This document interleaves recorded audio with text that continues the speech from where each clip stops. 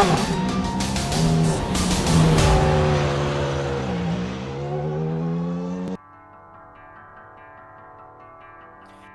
expected, the oval of the season most definitely did shake up things in the championship. With the DNF clash suffered, he now has his 2 drops tally to 0, and with that the 5 points from the 21st position Okayama counts. On top of that, Rob Olnick comes out of nowhere to take over the championship lead for the first time in nearly 3 seasons. As we head back to road courses of the season, with 4 rounds to go starting today, the bets are wide open on who will take home the trophy for the 2020 Season 3 Championship. So buckle up, get some popcorn and join us today as we ready to watch round 10 of the Grand Prix Legend Series live on the Global SimRacing Channel via the iRacing eSports Network. Speaking to you from the press box up high, Stefan Schlacher alongside Ryan Walker. Turning the knobs and pushing buttons behind the scenes, our director Sean Crackers Ambrose, and he's using cameras provided by the great Dougie Beard.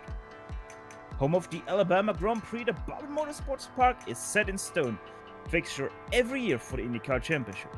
To really show you what this track is all about, let's head tarmac side for the GSRC track guide.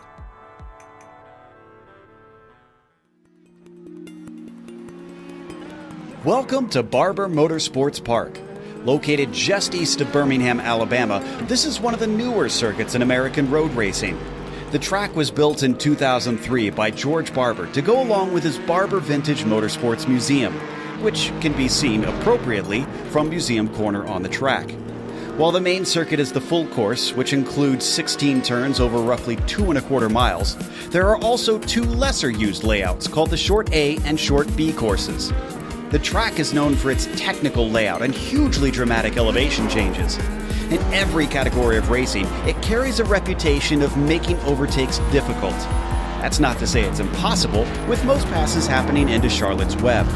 Named for the spider sculpture outside the hairpin, it often suckers drivers into braking too deep with the sudden drop just as you attempt to slow the car down. That's not the most challenging part of the circuit though. Museum Corner is reminiscent of turns like the corkscrew with its blind entry, multiple apexes, and cliff-like plunge down a hill. IndyCar and IMSA have visited many times in the past decade, while motorcycle racing is also a regular staple here. Practice and precision are usually required to be able to find a fast lap, but there's a heavy dose of bravery also needed in a number of spots. Despite the track being very wide, accidents often collect multiple cars due to the lack of visibility over crests. All in all, this place proves tough to even seasoned veterans. But with the hillsides and trees providing beautiful natural viewing spaces and an immaculate facility, it's no wonder fans keep showing up in droves to watch the racing here.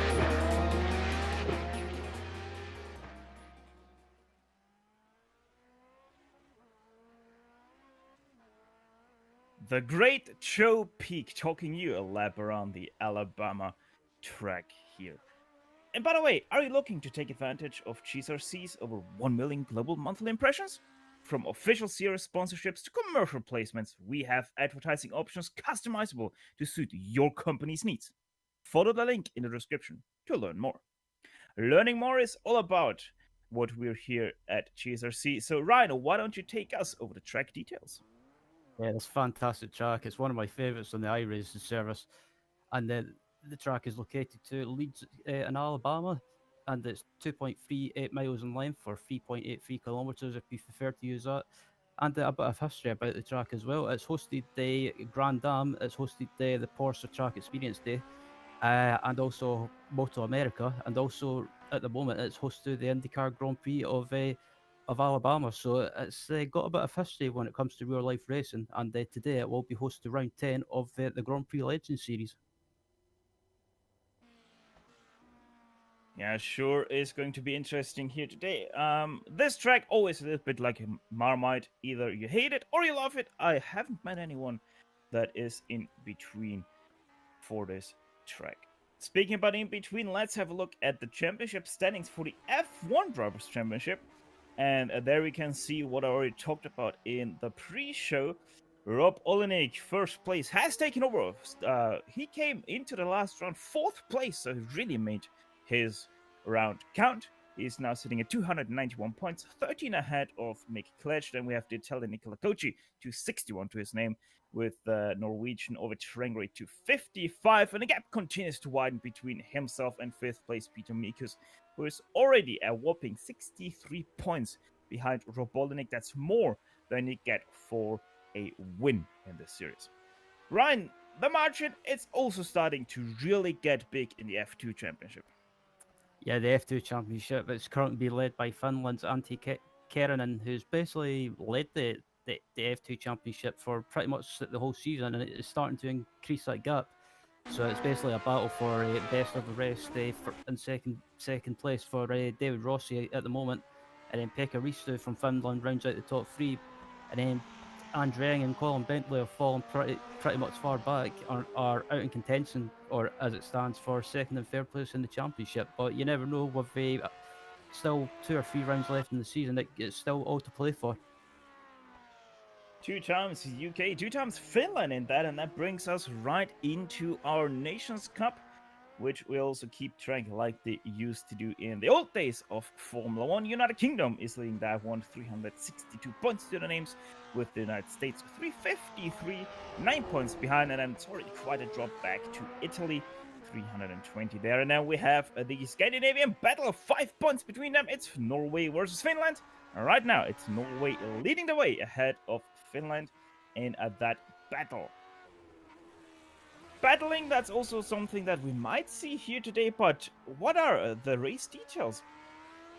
So the race details for today, for anyone that's new to the series or tuning in for the first time, this is round 10 of the 13-round season, and the race line for today at Barber will be 25 laps, and the setup type, as always, is open, so you're free to make any changes. And as always, with regards to the incident limits, it's 17x will be a stop-go, and if you go to 25 or over, you will be disqualified from the race. So there's a few things for these drivers to think about in the early stages of the race, and for today's race in general. Do you go all out, or do you take the cautious approach? So I think some of the guys up at the front will be aggressive, and some of these guys in the mid-pack might be a little bit thinking with their brain, if you like. Yeah, sure, it's gonna be interesting because there are a few spots on this track where with the Lotus 49 you can get those off tracks, so you really have to be careful. Those 25 laps can rack up quite quickly those 17 incident points you need for that drive through. Right now, qualifying already well underway. 5 minutes have already elapsed in this 8-minute session, and Mick Kledge, it's no surprise, really there right now, first place, about a 10th ahead of Rafael Dorada. Rob Olenek sitting in 3rd place with, over Train sitting in 3rd place with Rob Olenek in 4th. Nicola Cocci right now rounds out your top 5 of this session, and remarkably, only 3/10 in between those top 5. And yeah, we had some news before today that Mick Claridge has been struggling with technical issues. His PC's been locking up from time to time, that he mentioned, and he said that the likes of Rafael Dorado might struggle because apparently he was overly slow, I think.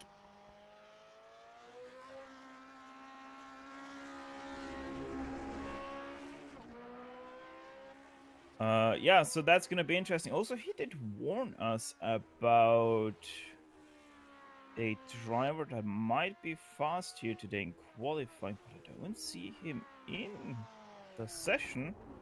So it might seem that they did not want to race here today. Matthew Pylos was the driver he warned us about. I don't see him in the standings.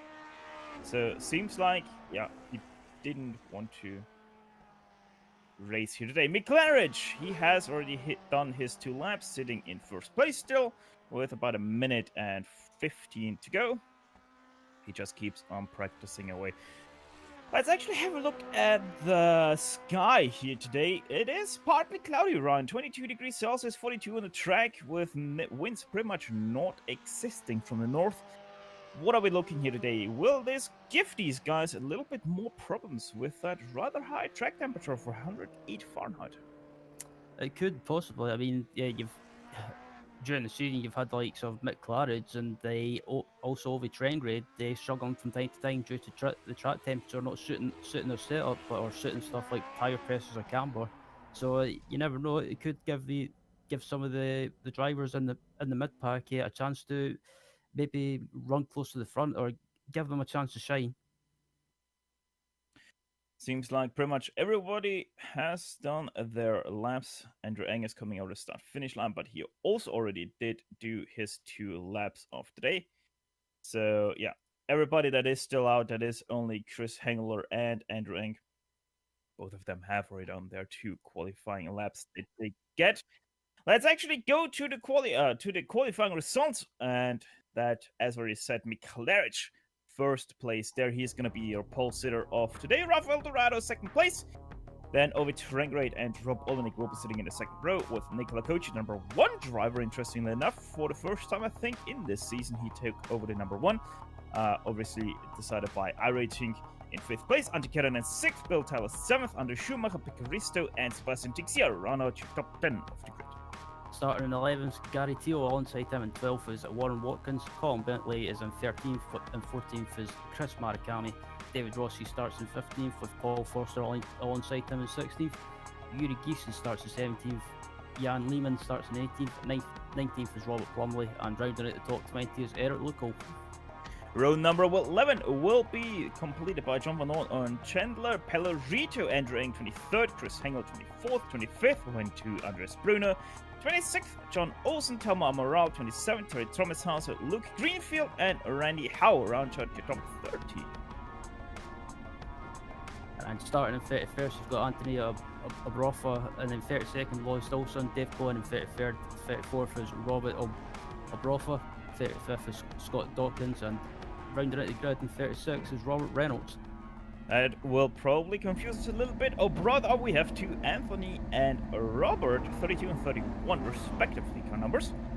So that is going to be very interesting. If you want to keep up to date with your most favorite driver here today, GSRC.tv rather, is your place to go, because that is our live timing and scoring page, where you can see all the updated data from your drivers. I think we have pretty much everybody on the grid now.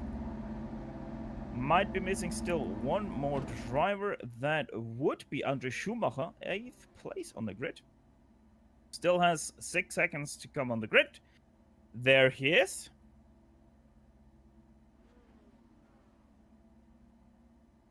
Let's have a look. There we go. Engines are harmonizing.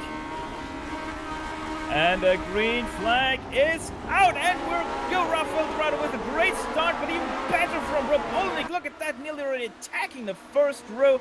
He will take over 3rd place around the outside of turn 1 of Overtrengrid, but Overtrengrid says no to that, tries to come around the outside of the carousel there, but he has to give up the ghost now out of it for turn number 3 for the very first time over the hilltop. Seems like everybody is okay to go so far, as they go into the hairpin for the very first time.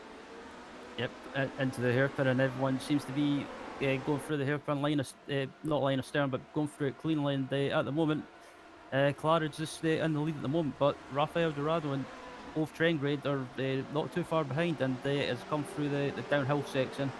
It looks like everyone is still in one piece, thankfully. It does seem like that nobody actually had to retire yet their car back to the pit lane, so very good start, very cautious start, I would nearly say, by everybody, knowing how hard this car can be on cold tires over those crests. This is one of the most difficult turns, the number 13 tunnel turn, as it's also called. Seems like also everybody was able to nicely go through there. Oh, Luke Greenfield actually already had to retire, so we have our first DNF of today. Has come across the line to complete the first lap, and it's still Claridge in the lead from Dorado, from Rob Olenek up into 3rd now, and he picks up that place from Off Trengrid. And as they come round the long right-hander onto the back section, heading up to the hairpin, and Mick Claridge still in the lead, but keeping him honest, in 2nd place is Rafael Dorado. He's looking a little bit to the left side there, making himself noted to Mick Claridge.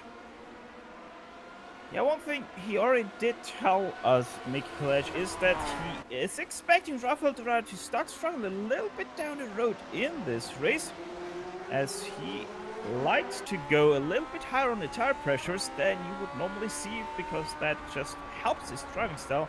But the thing with that is he starts to overheat his tires and then can't keep up at that performance level anymore, and thus starts to drop back a little bit. So let's see how that's going to play out for Dorado in the latter stages of this race. Right on board with Dorado coming into the final couple of corners now, and he closes right up on the Claridge under braking. And I have to say, Dorado for me has been pretty much the most improved driver this season with this car. He's basically kept his head down, got on with it, and just worked hard, and he's been rewarded with a really good form towards the end of the season. Rafael Dorado getting helped by Tristan Chalina, GSRC's own Tristan Chalina, who's also part of the Coca-Cola eNASCAR series,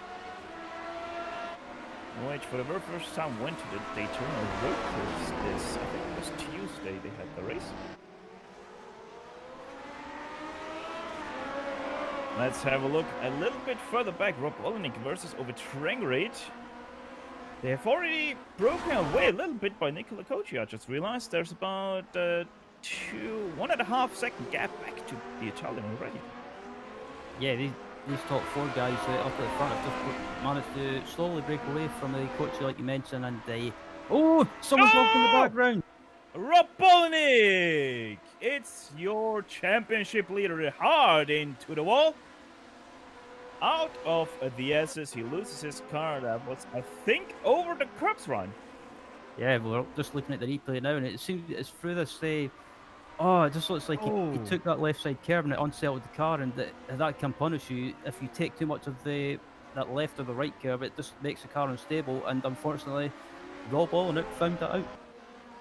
I actually have to oppose that. I think what I'm seeing here from the helicopter view that I have myself here, he had a slide to catch right into the S's and had to correct that right over the curb, which shot him over to the right side. So really unlucky for him. He is still racing though, so he was really lucky there then with all of that.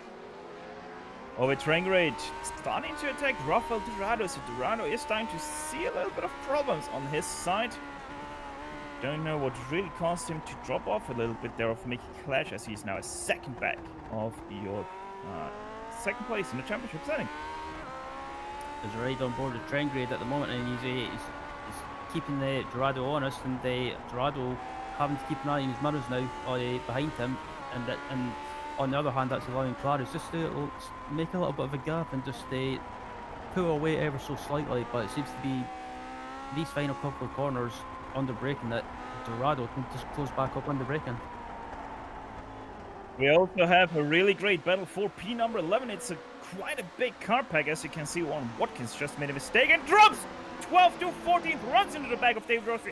That really slows everybody up. Everybody has to go everywhere to avoid a little bit much more of an incident. Now there's also spinning someone right on the apex of the second last turn. It's number 12.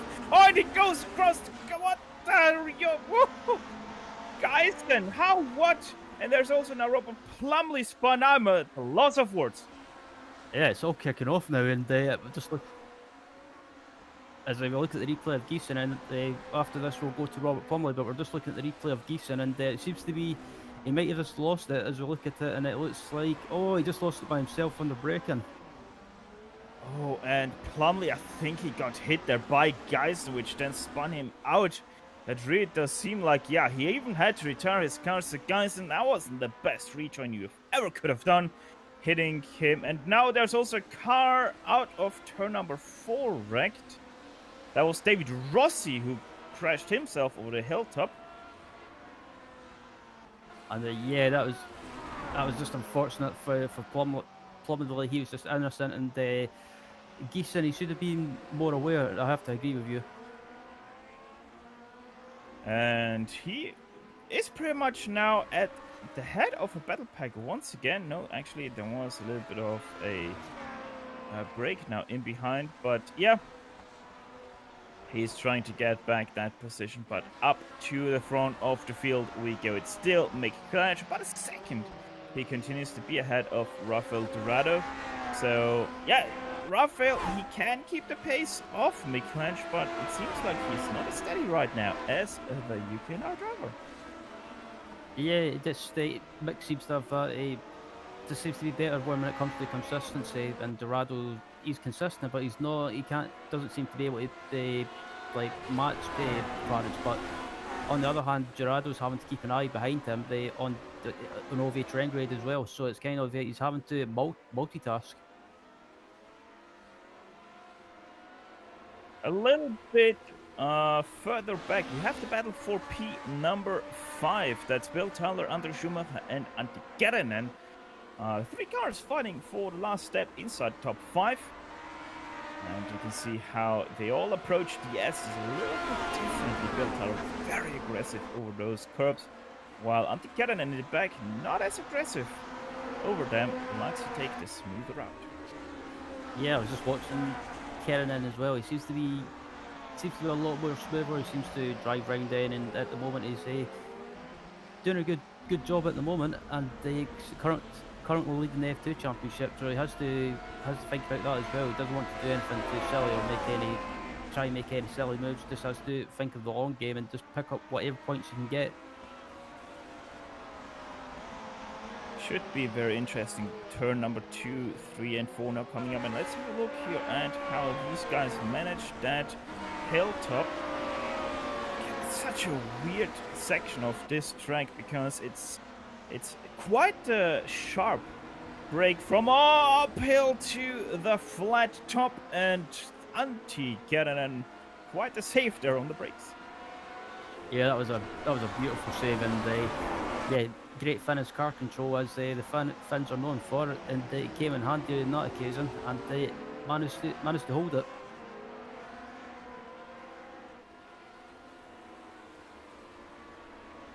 Going through the S's now, turn 10 and 11, approaching turn number 12. And I kind of want to take you a little bit on board here with Andre Schumacher as we're on board.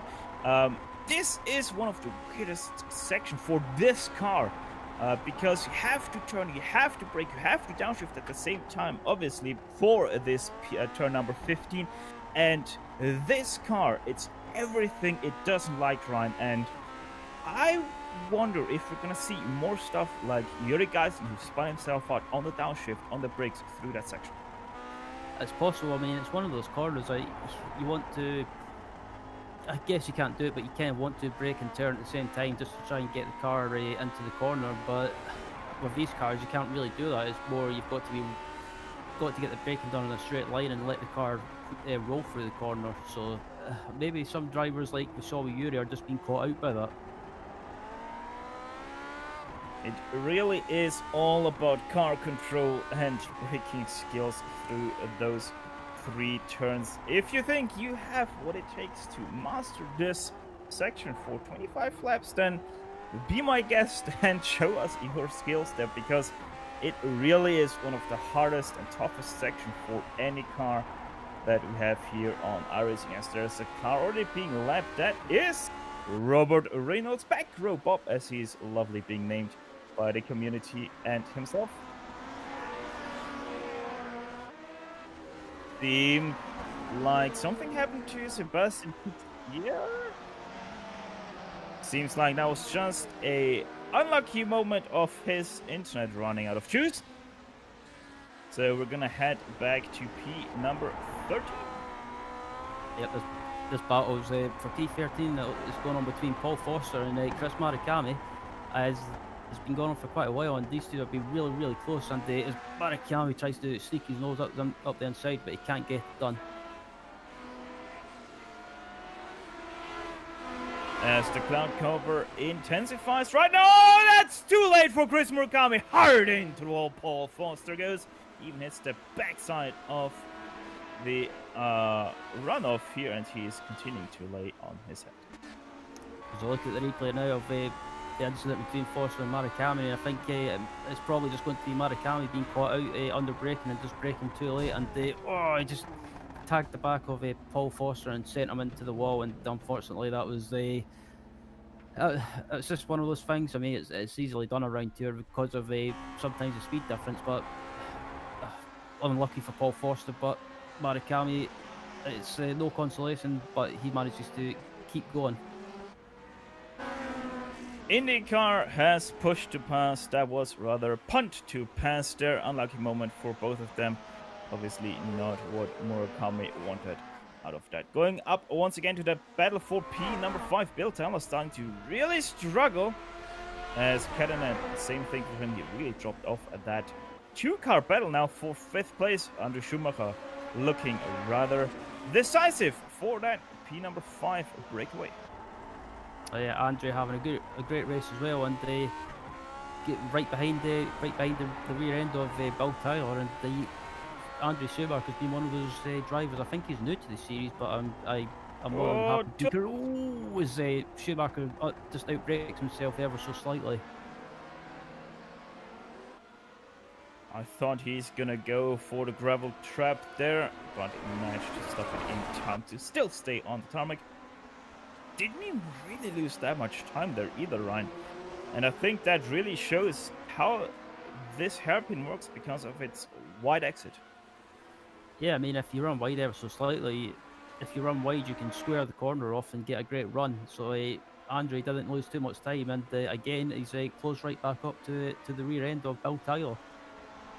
Yeah, it really shows you how much Bill Taylor is struggling right now. Andre Schumacher, keep it all together under yourself, or you're not going to be able to take away that 5th place. But yeah, Bill Taylor's struggling really hard right now with his tires, with the grip that the car can give him.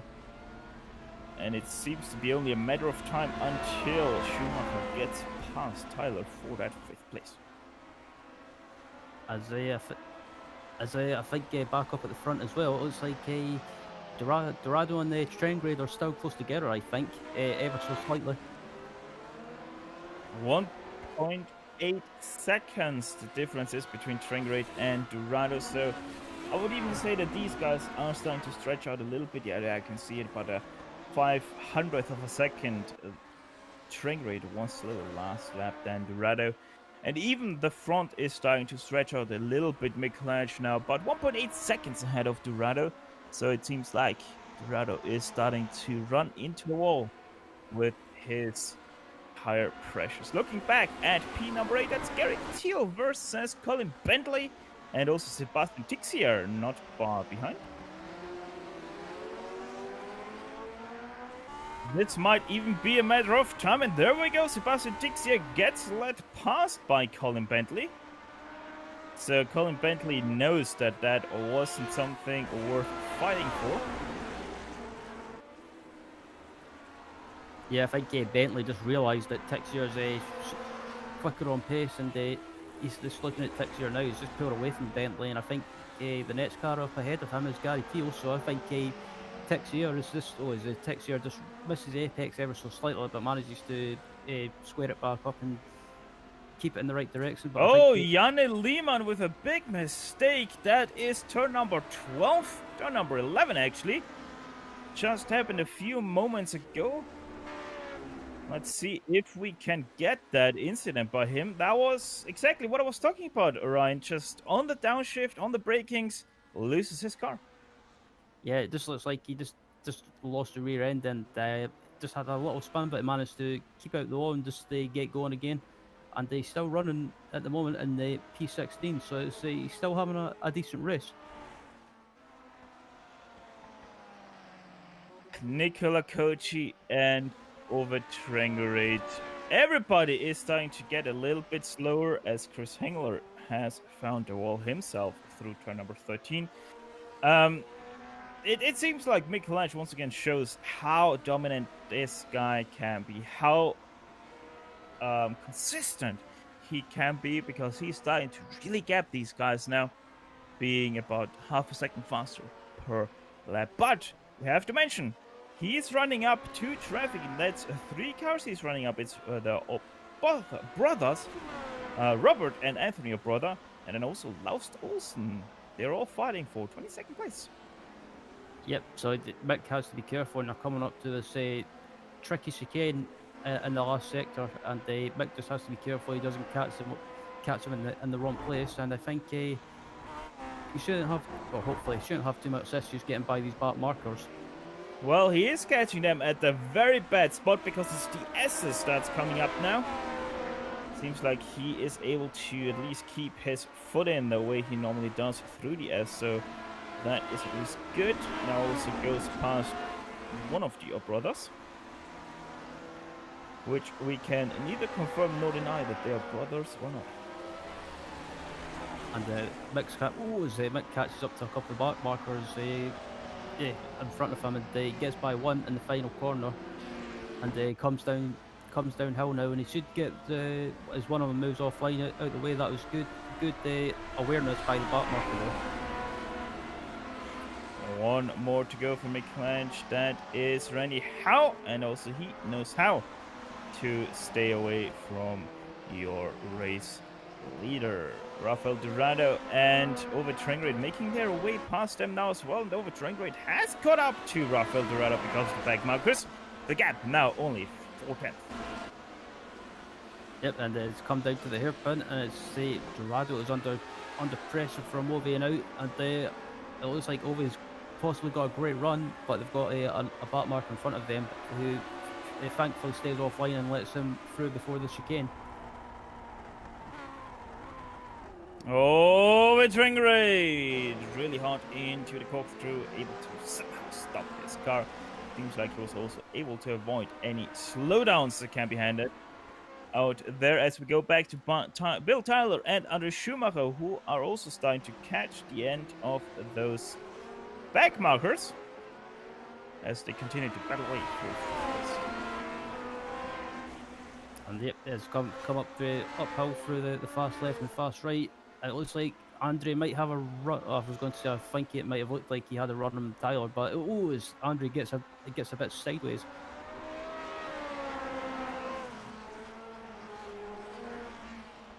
Seems like Tyler has started to drive a little bit like Over Traingrade always likes to hang his back out. Or maybe he's just really struggling with his car and just somehow keeps it all together for now. I guess we have to find out what is true for Bill Tyler in this moment. Yep, and as they come round there, this long right-hander heading onto the straight, up on the run up to the hairpin. It looks like Andre might have a run on Tyler, but he's not close enough, so I don't think he'll do anything too silly as he goes to the inside line to just show his nose to Tyler as Tyler runs wide a little bit. Yeah, and the interesting thing is that we can somewhat see in behind Andre Schumacher there. That's the yellow car of Kerinen. We're starting to gain back his form, and he's starting to catch up to these guys again, as he's now pretty much firmly set on the back of Andre Schumacher, just half a second back from him. So they had lost him at one point, but seems like Bill Tyler is starting to struggle so much that even Antti Kerinen is now able to catch up to him, and somehow was able to catch that slide. Yeah, there's a big mistake from Schumacher. Now has to go to the grass there a little bit through 12 and 13, but also he's able to keep it all together. And it looks like behind Schumacher we've got I was about to say, it looks like it's Kerinen as well. So yeah, we've got a 3-car battle going on for P5. So that's going to be very interesting to continue to watch. Also, P number 3 is continuing to be a little bit of a battle. Rafael Dorado was able to once again shake loose over Traingrade, but Traingrade is now still only 5/10 ahead of Nicola Kochi. Pretty much the same situation as we have here with Schumacher, Kerinen, and Tyler, where they really just can't find a good way past these guys because of how tricky this track is to overtake people. Yeah, it's a really tricky track to pass around. I mean, you've only got the home straight, the back straight heading onto the hairpin, and then the run up to the tricky downhill chicane to try and make a move. So it's not really that many places. So it's just a matter of the driver in front of you making a mistake. as they are going to finish lap number 16 of this 25 lap race. So we're already with only 9 to go in this race. Laps flying past here like nothing else. And yeah, it looks like up at the front is pretty much they just spread out now. The top three are spread out, and it's not really that close now. So yeah, it's all settled down. Really. Andrew Eng and Chandler Perlrich are right now fighting side by side through the S. Is nearly coming to a halt there. Might actually have to go into a replay here because that already started in the corkscrew. Andrew Eng getting past Chandler Perlrich. I think that was actually a mistake by Chandler, who already started that. You can see they're somewhat coming to a halt there on the very wide Barber Motorsports Park. Yeah, and yeah, this battle's still going on at the moment, and this is probably the closest battle they've got going on, but I can't really find anything else. Going back to P number 5, Andre Schumacher might have a go here into turn number 12. No, he actually thinks better of that. That would have been the best opportunity. It all started because of the brothers holding Tyler a little bit up through the corkscrew. And then look at this! Oh, that's a touch! Contact. Net code between the two. Bill Tyler spins out, loses 2 positions. Yeah, that was unfortunate incident, but both of them have still managed to keep going, and I think Andrew just got caught out under braking. But again, Tyler looks like he's under pressure from the. I was about to say, is that Tixier? I think Tixier's a little bit far back. Is it? Yeah.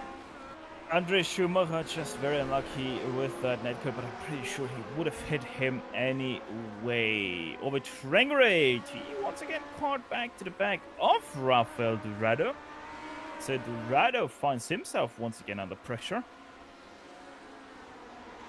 A little bit of an up and down between those two. Trengray loses, and then Dorado loses his advantage once again because of lap cars. But at least he really did bring Nikola Koch with him. He is close, yes, but not in striking distance. There's a ride on board Rovovi heading down the home straight, and one of the back marker in front of them gets out of the way. And Trengray again is closed right. Oh, it's Trengray! Oh, he gets straight into turn 1. Oof, holy moly! That was Rob Olnick to the inside there of turn number 1 behind him. Nearly gets run into by Nikola Koch then as well. As we're gonna show you that once again. Look at that. Catches the slide, and then yeah, that could have ended much different for Robbo and Nikola Koch. Absolutely, and Olnick spun again. We had reports that Rob Olnick really struggling here at this track all week long already. Once again shows the 18th place and continues to struggle away. Going back up to P number 3 though, lap number 19, so not too much more left here to go. Only 6 laps after the Costa start finish line. And look at that, once again a slide from over Trengray that gives the inside to Nikola Koch. They nearly touch, somehow being avoided twice by Nikola Koch. Well, I'm not even racing about that. It just made me take a big deep breath, and the Italian wants that 3rd place, and look at how aggressive he's starting to be. Nearly goes on the grass once again, on braking because he swerves to the left, to the inside to make himself once again noted to over Trengray as they once again get caught up to a back marker. Trommelshauser is going to be the car to be left here. He's going to stay to the left side. Both of them head to the right. And that nearly opens the door for Nikola Koch. He goes to the inside. They're side by side now for the very first time through turn number 5. A little bit of a bad exit for both of them. Can't find the traction over the bumpy section here over the hill. As Nikola Koch has the nose ahead, and he is going into the corkscrew, sliding around. Ooh. Both of them somehow once again avoid an incident, and over Trengray takes back P number 3. Oh, this is fantastic racing between both of these guys, and they side by side through the. Oh, Nicola Coach Whoa. is sliding behind through the S, and that seals the deal for right now. Gap opens up immediately to over 1 second. I was about to say that was a fantastic battle between those two guys, and they managed to just leave enough room for each other through that downhill chicane, and the train grade just manages to pull away a little bit, and they just got a bit of a gap to Kochi, but I think Kochi will close that gap back down in no time. Yeah, Nicola Kochi, both of them are starting to struggle a little bit with their tires, which is a little bit surprising because the track temperature hasn't changed because of the cloud cover we had through the middle section of this race. Still is sitting at 107 Fahrenheit, so it is only 1 degree Fahrenheit down from what we started. Yep, as we come up to the chicane now, and it's still the train grade in third place and Kochi in fourth, and as the further back in the pack, we've got the battle for P14 going on between Andrew Eng and Jan Lehman as well, and actually we've got Chandler in the background as well. Whoa, goes very wide on the S's there on the exit. Nearly actually touches the runoff tarmac. Once again, a little bit of a struggle there through turn number 12 and 13. But he is better through turn number 14 than guys ahead, as Andrew Eng now being completely caught by Jan Lehman. Andrew Eng, that's a really bad line for him into last turn. Turn number 16, Lehman goes to the left side, but just can't find a traction to make a move happen into turn 1. Yep, and yeah, still in the same positions. So yeah, this basically it looks like to be the closest battle going on at the moment, apart from the other one going on up at the front with Trent Grade and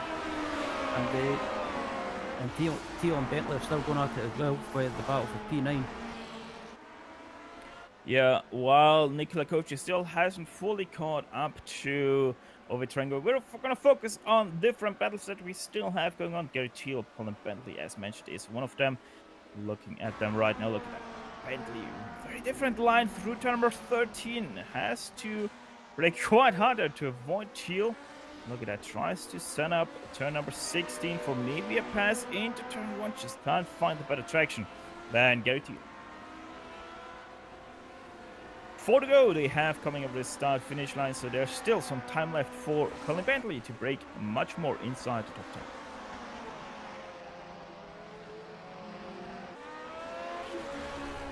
10. In behind them, Yuri Geisen tries to also get past Luke. They are fighting for P number 11.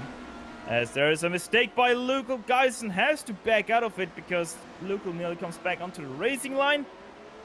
So that's also starting to kick off now. As indeed, and there's still got this battle going on, and then also got this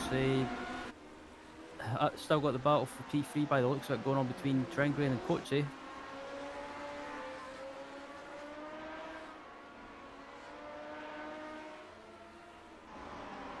There we have them, P number 3 over Trengren versus Nicola Kochi. But 6/10 still between those two.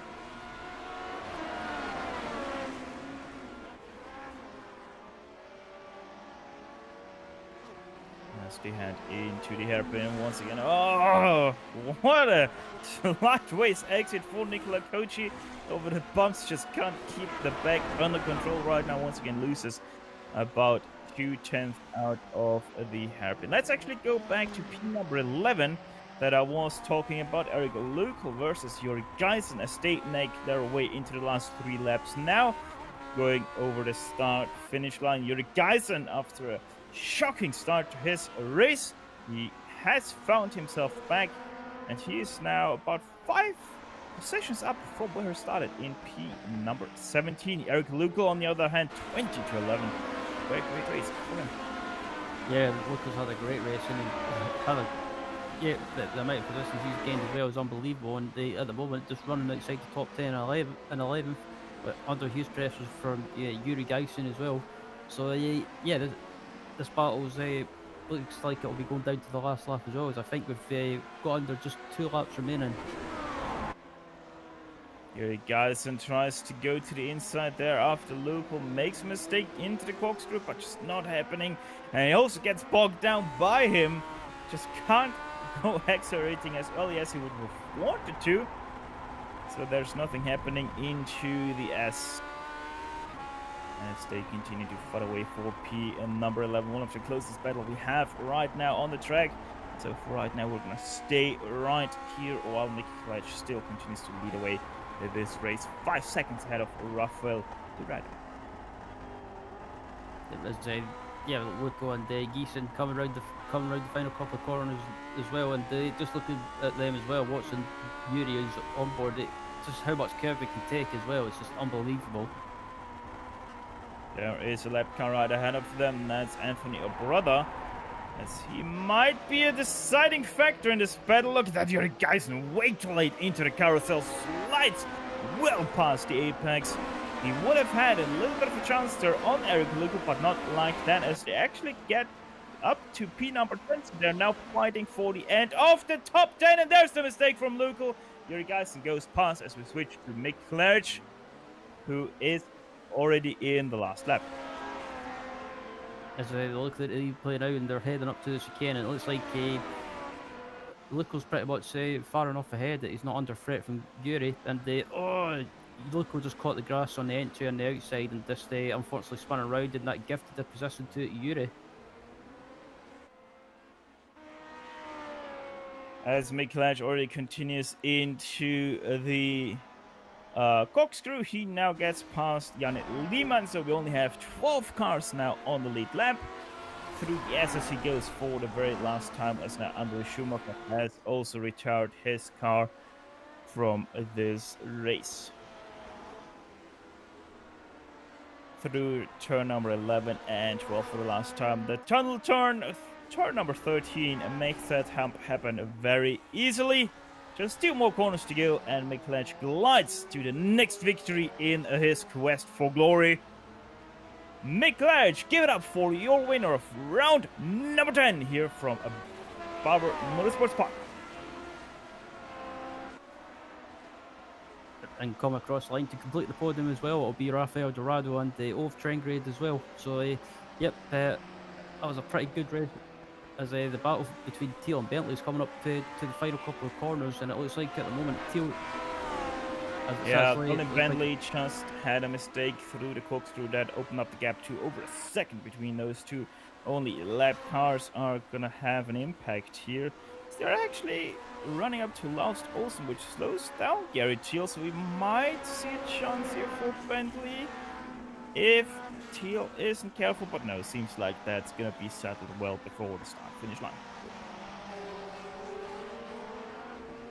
So with that, the last few cars are gonna trundle over the start-finish line, and we're quickly gonna step away for just a few moments to take a breather, but don't you worry, we're gonna be back with the post-race show where we will run you down the unofficial finishing order, talk to some of the drivers, and close an eventful race, so don't step away too far as GSRC. We'll be back after these messages.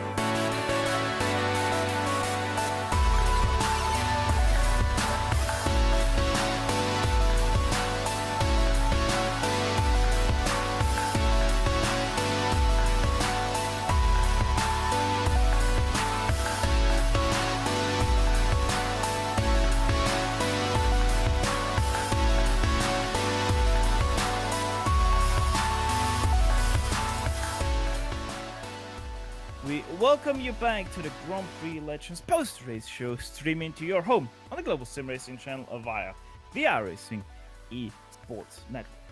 And are you interested in advertising with GSRC? Our channel's 1 million monthly global impressions are a great way to get your branding seen by a diverse audience. Follow the link in the description to learn more. And as always, learning more is also what we're about here at GSRC, so let's learn more about the final race results of today. Mick Gledge won it all by quite a comfortable margin, 5.4 seconds over Rafael Dorado, 7.9 seconds over Tringate, so 8 seconds covered our top 3 here, which also they didn't change positions at all. They came home like they started 1, 2, 3. First position changed Nicola Gochi from 5th up to 4th. Antti Kärönen 5th place, Sebastian Tixia gains 4 to finish in 6th place, while Bill Teller stayed where he started in 7th. Gary Teal 8th place, Colin Bentley finished in 9th, and a great Yuri Geisen recovery sees him finishing inside the top 10.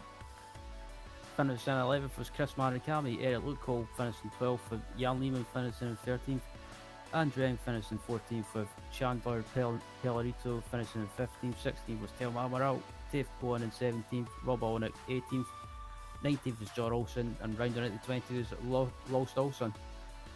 Lots of cars have been lapped, 13 and down. They have all been lapped at least once. Randy Howe, 21st, 22nd went to our brother, and the second our brother, Anthony, he finished in 23rd. So on the first outing, top 30 positions actually. So a very good job by them. Chris Hengel, 24th, and Andre Schumacher, the first car that has been wrecked out, 3 laps down. Robert Reynolds, he finished 3 laps down. John Van Dorn, 27th. 28th went to Warren Watkins, 29th to Trey Trommelshauser. Pecorista finished 30th, and 31st down. All retirees, you're gonna see them on your screens right now while we talk to the first driver here today, and it's the first driver to finish. It's Mick the Rich Claridge. Never really challenged is what I would describe that win here.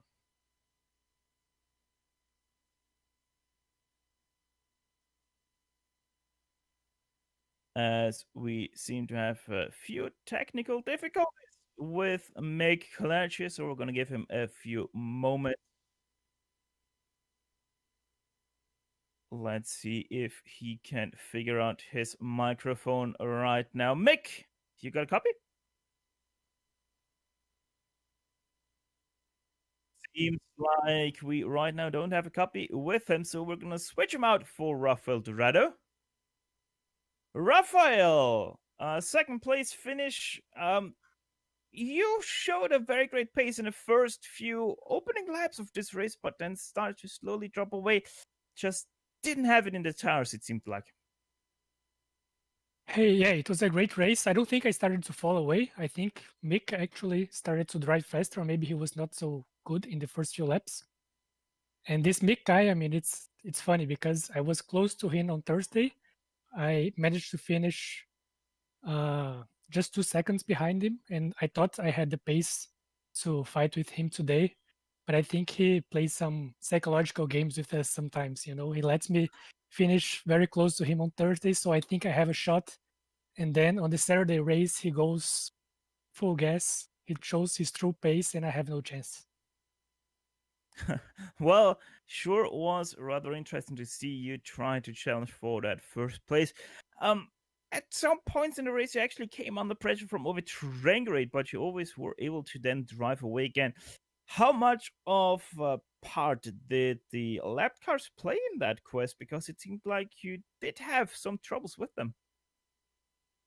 Yeah, I was careful around the lap cars because I knew I had more pace than Ove. So even if he managed to get close to me, I knew I could pull a gap again. And I didn't think it was worth risking some crazy maneuver against a back marker because it's always very dangerous, the difference in speed. Also, I would like to take this opportunity to give a huge thank you to all the back markers because they did an excellent job of leaving room for us to pass. Last but not least, give us a quick outlook at Lamrock Park. I never driven Lamrock Park. if you can believe that. It's one of the most popular tracks in iRacing, but it's just one of those tracks that for some reason I never driven in. So it's going to be a challenge for me for sure. That most definitely, especially with the jump that you're gonna be experiencing through turn number 4. Raphael, congrats on your second place once again, and good luck practicing for Lime Rock Park. Thank you very much, guys. Thanks for the broadcast. Rafael Dorado, your second place finisher here today, 5.4 seconds behind Mick Klatch. Next up, it's Nicola Kochi with Ryan Walker. Yeah, Nicola finishing in 14th after a fantastic battle of over grade for third place in the closing stage of the race. And Nicola, how was that race from your perspective? And what did you think of Barber and the losses 49? Hey guys, yeah, was a very hard race for me because I just came out from holidays yesterday, so I had to miss all the week practice and races. So I just like gone and to do some lap few before the race, and after that into the race, trying to survive basically. I think I had some pace to challenge over, and it happened. It kind of happened during the race, but I realized very soon that I was leaving a lot of time in a few corners, like the chicane, the fast chicane, like in the middle of the track. That chicane. When I was going to do it right, I was able to not lose anything, but it happens so rarely. So I was really struggling to stay close with the guys, and so fourth place, I think it's luck. It's pretty lucky because Rob had some technical issues, so I will take that for sure. But I was not I was not on pace, not on. I was not like trained for this race because I almost lost a little bit of touch. Spending all these days without driving, and that's really affect me in many ways. So I think I like the combo track car. This one Barber with Lotus 49, but I don't think I had any complaint about it because it's very like a roller coaster. I like the roller coaster kind of track, so. It's fun, and I can't remember how Lime Rock is made, so I maybe I anticipate you about the question. So I had no idea about that, but I think that in the next few races, I will be able to be like on top, and on top. I mean, on top of my time that I can. I can dedicate to practice and stuff like that. So I will be at home, and I will have some times to practice, and hopefully I will. Good stuff. And before we let you go, is there anyone you want to thank? I think he actually did press the wrong button, as it seems like, as he already left the booth here a little bit prematurely. But we now hopefully have a copy with Mick Klatch. Do we have one? Hi, can you hear me? Yes, we can. Sorry, guys. Sorry. Mick, 5.4 seconds ahead of Rafael Tirado. It really didn't seem like he ever was any trouble to you. He was at the start. He was pretty quick at the start there. I was wondering if he'd changed tyre pressures from Thursday's race because he suffered a bit on Thursday. He sort of, I think he overheated the tyres about second half of the race, and then I got to gap that race as well. So I was wondering if he was going to do the same thing today. I think he might have done, or, in comparison to me anyway, with what tyres I was using. So maybe that was it. There was a lot of traffic as well. He got held up. I know he got held up. That was the main reason there was such a gap there. But yeah, no, Rafa's he's getting sorted. He's getting quick in this car. Yeah, very much so. I want to talk a little bit with you about the next race, Lime Rock Park. We're gonna go to the legacy version of it. how much practice will the uphill have to take for you for the field to master that very tricky jump? Yeah, to be honest with you, it doesn't take that long really. There, you can't really go that fast through that corner before it, the right-hander before it. It's a lot easier than the Flugplatz at Nürburgring, put it that way. You just have to feather the throttle, and she'll normally land pretty nicely on all four wheels, But yeah, you'll see some carnage there, I suppose.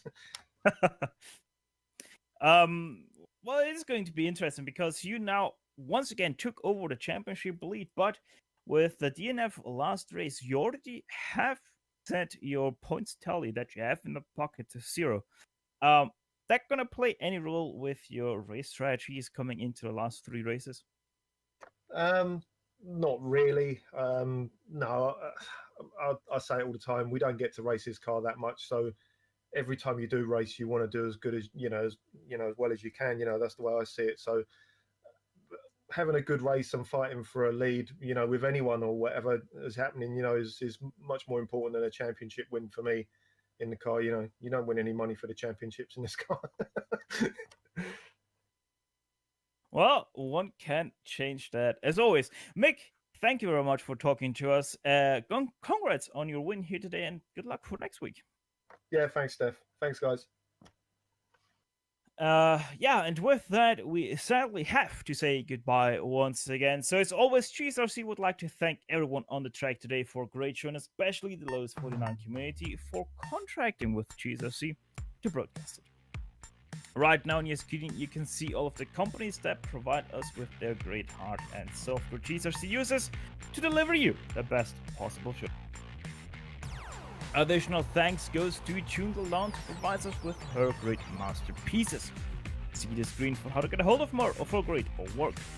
If you'd like to find out more about GSRC, please visit us at globalsimracingchannel.com. You can also find us on the social media platforms, Twitter with @GSRChannel, Facebook at facebook.com/globalsimracingchannel, or on Instagram at GSRC_RAM. All of the upcoming races for our other series are now sliding across your screen, so check them out and mark them down your calendar to not miss another second of exciting racing action. Finally, on behalf of the entire crew, Sean, Ryan, and Taki, I'd like to thank you all for tuning in as Mick Claridge to give it a victory here in virtual leagues. With that said, until next time, servus and sayonara, and as always, race clean, and we'll see you on the track.